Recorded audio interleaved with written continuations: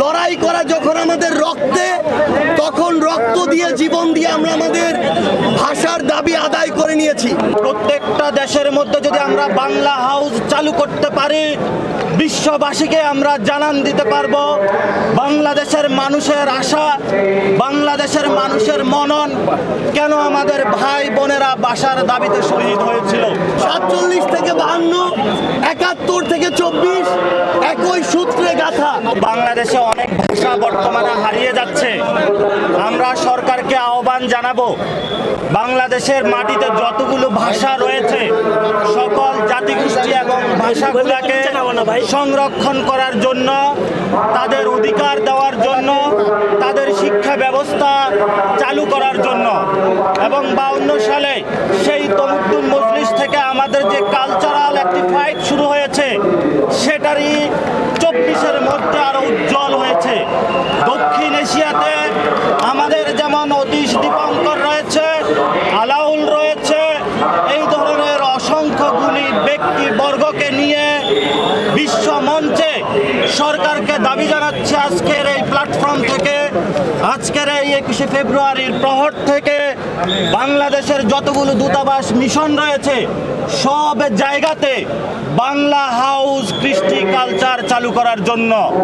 প্রত্যেকটা দেশের মধ্যে যদি আমরা বাংলা হাউস চালু করতে পারি, বিশ্ববাসীকে আমরা জানান দিতে পারবো বাংলাদেশের মানুষের আশা, বাংলাদেশের মানুষের মনন কেন আমাদের ভাই বোনেরা ভাষার দাবিতে শহীদ হয়েছিল।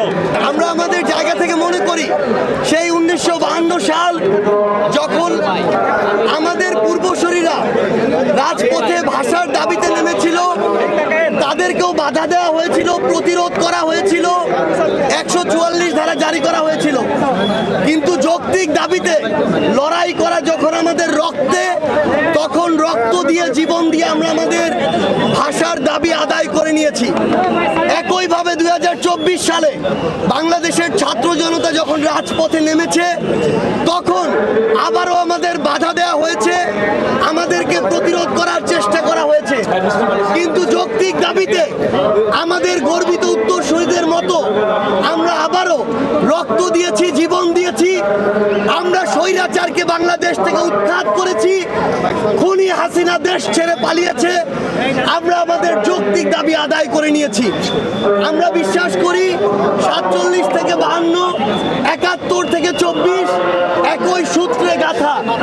এই বাংলাদেশে 24-এর অভ্যুত্থানের স্পিরিটকে ধারণ করে 52, 71 দ্বারা উজ্জীবিত হয়ে আগামীর বাংলাদেশ তরুণ প্রজন্মের নেতৃত্বে ছাত্র জনতা ঐক্যবদ্ধভাবে গড়বে।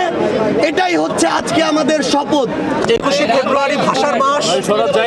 এই মাসে আমরা খেয়াল করেছি বাংলাদেশের তারুণদের হাত ধরে রাজনীতির এক নতুন ভাষা নির্মাণ হয়েছে।